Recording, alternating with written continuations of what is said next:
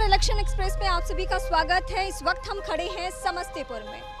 दरअसल सियासत और समस्तीपुर की बात हो तो एक ही चेहरा सामने नजर आता है, वो है कर्पूरी ठाकुर का। जब हम सियासत और समस्तीपुर को जोड़ते हैं तो एक ही चेहरा सामने आता है, वो है कर्पूरी ठाकुर का। कर्पूरी ठाकुर की प्रतिमा आज हमें मौजूदा दौर के सियासतदानों को आईना दिखाता नजर आता है।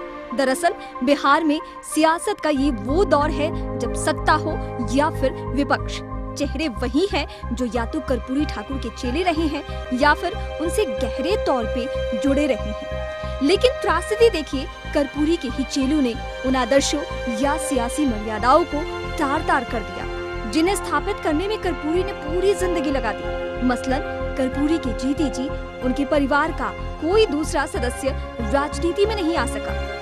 कर्पूरी के चेले आज अपने बेटों को स्थापित करने के लिए सियासत कर रहे हैं। 2 दफे मुख्यमंत्री रहे कर्पूरी ठाकुर अपने कच्चे मकान को पक्का नहीं बनवा पाए। कर्पूरी के चेलों को आज आलीशान मकानों में रहने और महंगे लग्जरी गाड़ियों में घूमने के बाद ही समाजवाद का एहसास होता है। समस्तीपुर में आज हम कर्पूरी को याद कर ही चुनावी माहौल की सियासी पड़ताल करेंगे।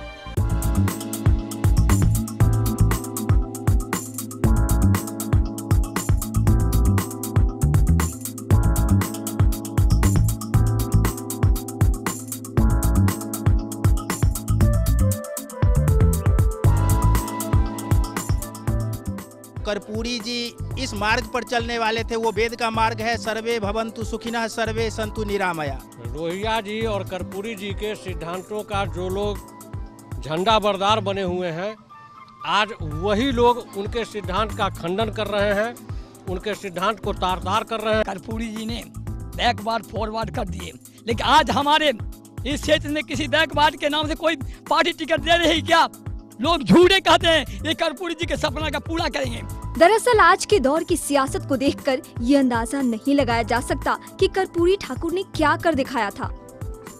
लेकिन लोहिया की समाजवाद की परिकल्पना अगर बिहार होते हुए उत्तर प्रदेश और हरियाणा से लेकर देश के दूसरे राज्यों में फैल सके तो इसके पीछे कर्पूरी ठाकुर ही नजर आते हैं। पिछड़ा पावे 100 में 60 का नारा अगर वाकई जमीन पर उतर पाया तो इसके पीछे भी कर्पूरी का ही फॉर्मूला दिखता है। वो कर्पूरी ठाकुर की ही तैयार की गई जमीन थी जिस पर मंडलवाद की फसल लहलहाई। कर्पूरी की धरती समस्तीपुर में आज अगर कुल 10 विधायकों में से 9 पिछड़े, अति पिछड़े और दलित हैं तो वहाँ भी उनका ही अक्स नजर आता है। ये बात और है कि खुद कर्पूरी के बेटे ही उनकी विरासत नहीं संभाल पाए तो दूसरे नेताओं से लोग उम्मीद भी क्या लगाएं। समस्तीपुर में इस दफे विधायकों के प्रति यही नाउमीदी हर कदम पे नजर आती है। आज की जो राजनीति है वो क्या कर्पूरी ठाकुर के नक्शे कदम पे चल रही है? जी नहीं, आज की जो राजनीति है कर्पूरी ठाकुर ने जो दिया और उनका जो सोच था, उसने जिस समाजवाद की स्थापना की थी, उनके ही लोग सीधे उनके उल्टे और समाजवाद को कर्पूरी जी का यहाँ किया हुआ काम 1979 में उन्होंने जो शिलान्यास किया एक नून नदी जल निस्सरण परियोजना का, आज तक इन लोगों ने उसको पूरा नहीं किया। यह भी एक उदाहरण है कर्पूरी का किया हुआ, उसको ये लोग बर्बाद कर रहे हैं। कोई विकास नहीं हो रहा, वही कर्पूरी जी कर रहे थे। उनका बेटा क्या किया? उनका बेटा क्या किया? ऐसो आराम कर रहे हैं, महल में रह रहे हैं। लोहिया और कर्पूरी ठाकुर का सपना तभी साकार होगा जब यहाँ के राजनीतिक दल इसको त्याग दें और विकास की राजनीति करें। किसी और क्षेत्र की समस्या को जानने के लिए हम आगे बढ़ते हैं।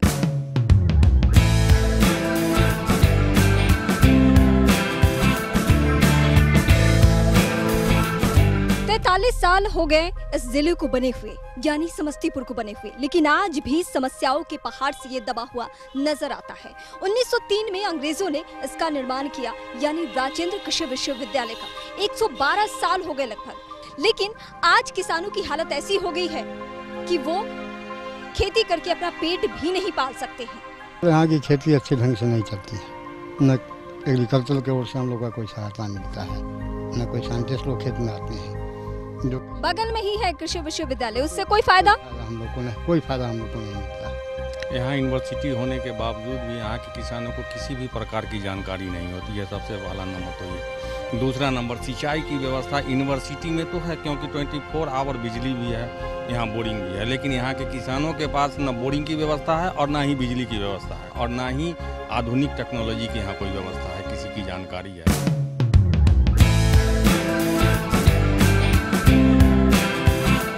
दौर प्रतीकों की राजनीति का है, यानी पॉलिटिक्स ऑफ सिंबोलिज्म, और यही हालात समस्तीपुर में भी है। प्रतीक के नाम पर राजेंद्र कृषि विश्वविद्यालय के अलावा समस्तीपुर में टेक्निकल कोर्स के लिए कुछ और सुविधाएं नहीं है। टेक्निकल कोर्स की तो बात छोड़ ही दीजिए, यहाँ पे सामान्य विषयों में पीजी की व्यवस्था भी नहीं है। साथ ही साथ सीवर बेचकर, खेतों को बेचकर अपने बच्चों को दूसरे राज्यों में पढ़ने के लिए भेजते हैं, लेकिन वो भी चांद पे जाने जैसा है। चलिए उन्हीं के हालात उन्हीं की जुबानी सुनते हैं।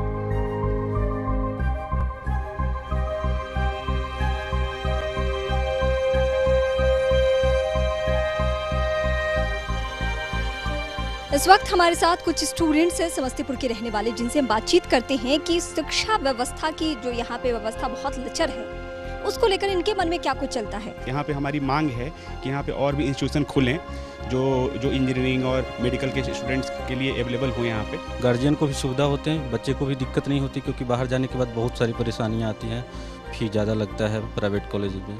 ये तो स्टूडेंट की बातें हो गई, लेकिन अभिभावक क्या सोचते हैं? निश्चित तौर पे ऐसी व्यवस्था हो जिससे बच्चों को बाहर जाना नहीं पड़े, और निश्चित तौर पे केवल कई मामलों में आंकड़ों में भले ही आगे हो, लेकिन शिक्षा के स्तर में देखा जाए तो वो काफ़ी पीछे चल रहा है।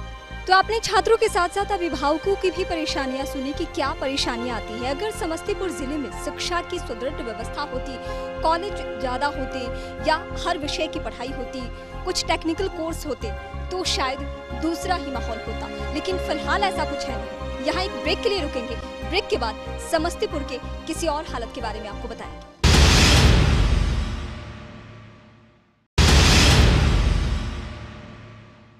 ब्रेक के बाद एक बार फिर से आप सभी का स्वागत है। चलते हैं समस्तीपुर के कुछ और समस्याओं को जानने के लिए।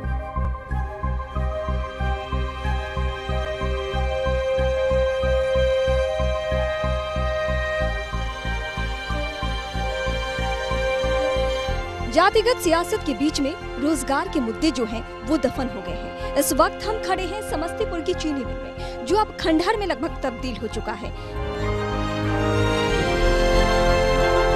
रोजगार के बारे में बात करें तो सिर्फ और सिर्फ एक चीनी मिल और दूसरा पेपर मिल है, जिससे यहाँ के लोगों को रोजगार का साधन मुहैया होता था, लेकिन अब वो भी नहीं है। बिहार की गद्दी पर बैठे लोगों ने हमेशा ये दावा किया, ये वादा किया कि रोजगार के साधन मुहैया कराए जाएंगे, लेकिन ये महज वादे भर रह गए।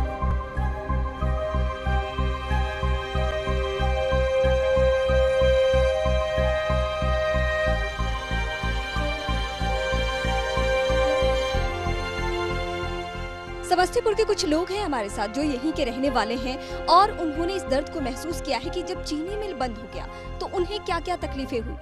अगल बगल के दरभंगा, मुजफ्फरपुर, बेगूसराय के 10,000 परिवार, किसान परिवार गन्ने की खेती नहीं होने से प्रभावित हो गए हैं। बंद के कारण कितने लोग यहाँ से मर गए तरह तरह की बीमारी से, और लोग आस लगाए हुआ बैठे हुए हैं जो किसी तरह से हमारा पैसा मिले, जो हम लोग अपना अपना घर को, और न कोई सही साधन है, न यहाँ बाल बच्चा को कोई सही ढंग से पढ़ा रहा है, और हर हमेशा यही होता है, इस महीना में मिलेगा, उस महीना में मिलेगा, और कुछ। आप बताइए कितनी समस्याएं झेलनी पड़ रही है चीनी मिल नहीं होने की वजह से, नहीं खुलने की वजह से?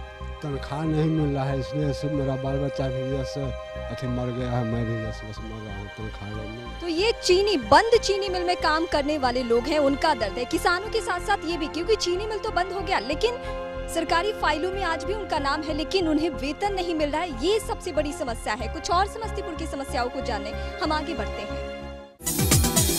न जाने कितने इतिहास रचे गए होंगे इस पेपर मिल के पन्नों पर, लेकिन विडंबना तो देखिए कि आज ये पेपर मिल खुद एक इतिहास बनकर रह गया है। इसी के अवशेष को तलाशने हम निकले हैं आज। चलिए आपको लिए चलते हैं पेपर मिल।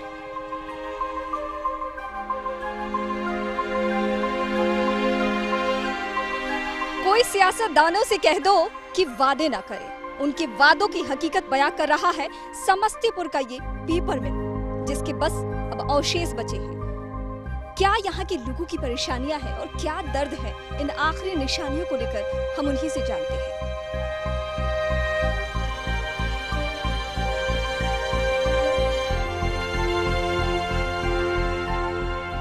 इसके बंद हो जाने से इतना ही मैं बताऊंगा कि हम लोग को रोजी रोटी की समस्या उत्पन्न हो गई।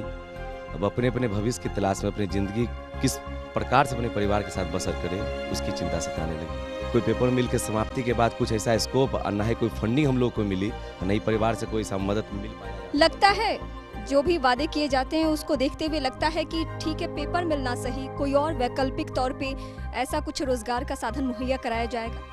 कहीं भी कोई उम्मीद की किरण नहीं है और हम लोग युवा पीढ़ी होने के नाते वर्तमान राज्य सरकार से भी उम्मीद करते थे। 15 वर्ष का पिछला शासन रहा, ये रहा, कहीं भी कोई उम्मीद नहीं लगा। उद्योग जो थे उसको बिल्कुल चौपट करके रख दिया गया। नहीं, स्थानीय सिर्फ इन मसलों पे राजनीति होती है और राजनीति का ही एक नमूना हम आपको दिखा रहे थे चीनी मिल और पेपर मिल के बारे में। आगे चलते हैं।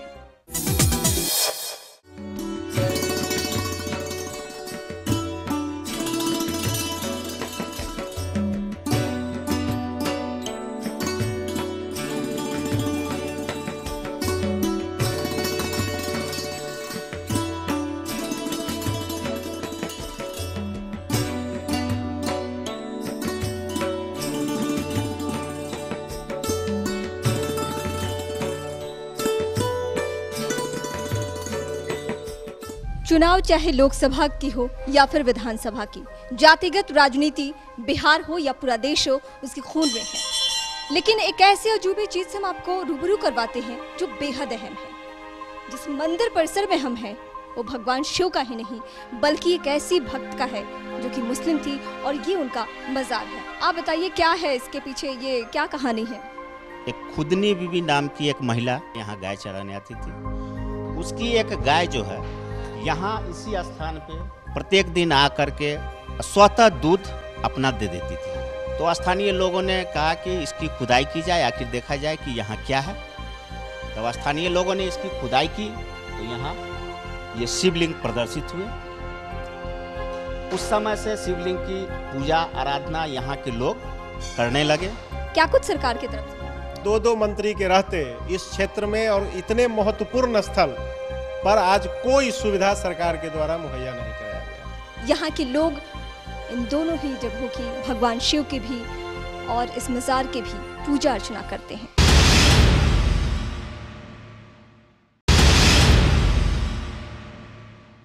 इलेक्शन एक्सप्रेस में एक बार फिर से आप सभी का स्वागत है। इस वक्त हम खड़े हैं चौपाल में और समस्तीपुर जिले में हैं हम। समस्तीपुर जिले की समस्याएं बेहद ज्यादा है। सियासी समीकरण की अगर हम बात करें तो जो आरजेडी जेडीयू 2010 में एक दूसरे के खिलाफत में लड़ाई लड़े थे, उन दोनों का आंकड़ा मिलाए तो 9 का पहुंचता है। अभी वो साथ में है। तो अब ये देखने वाली बात होगी कि अब ये सियासी समीकरण गणित की तरह 2 और 2 4 होते हैं या फिर केमिस्ट्री की तरह कोई और समीकरण बनता है। सबसे पहले जनता से हम समस्याओं के बारे में चर्चा करते हैं कि जो एक लंबे फहरिस्त है, रोजगार से लेकर शिक्षा व्यवस्था तक की यहाँ पे बदहाली है, उसके बारे में पब्लिक क्या सोचती है। उसके बाद हम नेताओं का भी रुख करेंगे। सबसे पहले आप ये बताइए कि यहाँ पे क्या क्या समस्या है। सबसे बड़ी समस्या तो यहाँ है कि जरा सा भी पानी हो जाता है, पूरा शहर पानी से भर जाता है, चलना पब्लिक के लिए मुश्किल हो जाता है। और जब से राजद और जदयू का गठबंधन हुआ है, अपराध बहुत तेज़ी से बढ़ा है। दिन दहाड़े यहाँ पर बाइकरों का एक ग्रुप है जो दिन दहाड़े दुकानों को लूटना, उसे मारना, पीटना, छीनना और अपराध काफ़ी जोर से यहाँ बढ़ गया है। रोजगार की समस्या यहाँ पे बनी हुई है। 2 ही मिल थे यहाँ पे, चीनी मिल और पेपर मिल, वो दोनों बंद हो चुके हैं। खुलने के कोई आसार नहीं। कोई आसार नहीं है। चीनी मिल बहुत दिन से बंद है। यहाँ जो भी नेता घुस लिया बैठते रह गया। शिक्षा व्यवस्था की बदहाली है यहाँ पे। ऐसे टीचर की बहाली किया गया है जो अपने नाम भी नहीं जानते हैं, फिर भी उनको टीचर की बहाली कर दिए हैं और स्कूल में बच्चे को लोग पढ़ाने के लिए भेज दिया गया है। आरजेडी जेडीयू के 9 विधायक है यहाँ पे। क्या कुछ हुआ है समस्तीपुर जिले के लिए? विकास से हुई है। विकास के दायरे में आता क्या क्या? क्या क्या दे रहा है? रोड है, पुल है, पुलिया है, बिजली है, ये सब बातें तो हुई है। अपराध, रोजगार है। बीजेपी से पूछते हैं कि वो बीजेपी इत्तेफाक रखती है कि नहीं। इनकी दलीलों में कोई दम नहीं है। आज तक ये कुछ किए ही नहीं है, सिर्फ दलील ही दी है। बीजेपी आई तो क्या करेगी? समस्याओं को समाप्त करेगी। कटाक्ष करें, झूठा बोल रहे हैं। मैं स्वच्छ राजनीति करना चाहता हूँ। वो अगर बोल रहे थे तो मैं कुछ नहीं बोल रहा था। उन दलीलों के बीच में समस्तीपुर कहाँ खड़ा है? क्या वाकई विकास कार्य हुए हैं यहाँ पे नहीं? सालों के अंदर विकास कार्य यहाँ पूरी तरह से ठप पड़ा हुआ है। जब बिहार के अंदर एनडीए की सरकार थी तब कुछ विकास नजर आ रहा था, लेकिन जब से गठबंधन टूटा है तब से विकास कार्य। नेताजी जरा गौर फरमाए, जब से गठबंधन टूटा है बिहार का विकास रुका है, ये पब्लिक का कहना है। आम लोग पूरे तरह से हताश हैं, रोजगार की कमी हो रही है। समस्तीपुर के लिए अब क्या चाहिए, क्या होना चाहिए, माले इसको कैसे दें?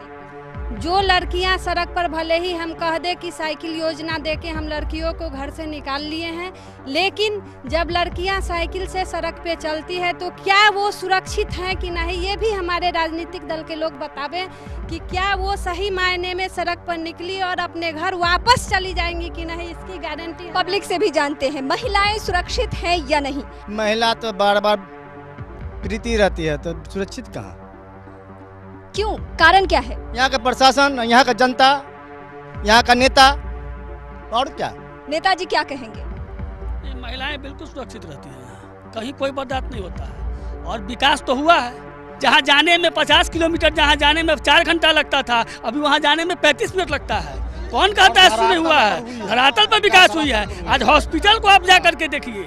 नेता अल्लाह का छोड़िए ना, पब्लिक से पूछिए ना, जनता न मालिक है, जनता न मालिक है। बीजेपी एनडीए गठबंधन की तरफ से क्या दावे हैं कि अगर आपकी पार्टी के विधायक इस बार यहाँ से जीतते हैं, चुनाव जीतते हैं, तो यहाँ की जनता के लिए जो एक लंबी फहरिस्त है जो समस्याओं की, उसको लेकर क्या बीजेपी? अगर हमारी सरकार बनेगी तो जो भी जनता का मूलभूत समस्या है उसको हम लोग दूर करने का पूरा प्रयास करेंगे, चाहे बिजली का हो, चाहे महिलाओं की सुरक्षा का हो, चाहे जो अपराध का ग्राफ बढ़ रहा है, सब पर कानून का राज स्थापित होगा। नेता जी लोग जवाब दें कि समस्तीपुर में मात्र एक ऐसा महाविद्यालय जहाँ पे पढ़ाई पीजी की होती है, और में क्यों नहीं?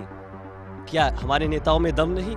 एक बात और पूछना चाहेंगे कि यही वो नीतीश कुमार है, जब भारतीय जनता पार्टी के साथ गठबंधन था तो यहाँ अपराध बहुत कम गया था।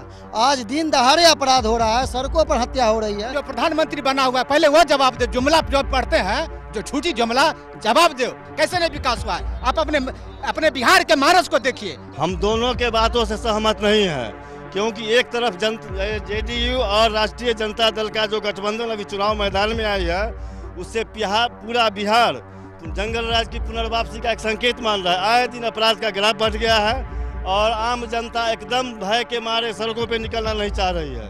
हमारे साथ हमारे स्थानीय पत्रकार हैं मुकेश जी, उनसे हम जानते हैं कि जो नेताओं की उन्होंने बातें सुनी, यहाँ के लोकल लोग जो है उनकी समस्याओं को सुनी, इन सब के बीच समस्तीपुर कहाँ खड़ा है, ये उनकी जुबानी। समस्तीपुर राजनीति का एक माने तो रंगमंच बन के रह गया है।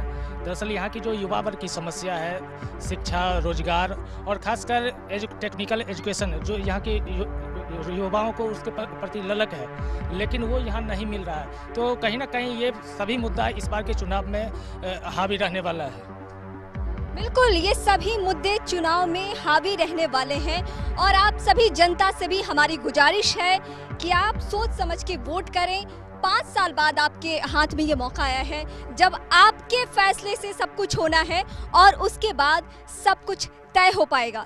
चौपाल में इसी के साथ फिलहाल इतना ही। इलेक्शन एक्सप्रेस में अगले दिन किसी और जिले की तमाम समस्याओं के साथ हम फिर मिलेंगे आपसे।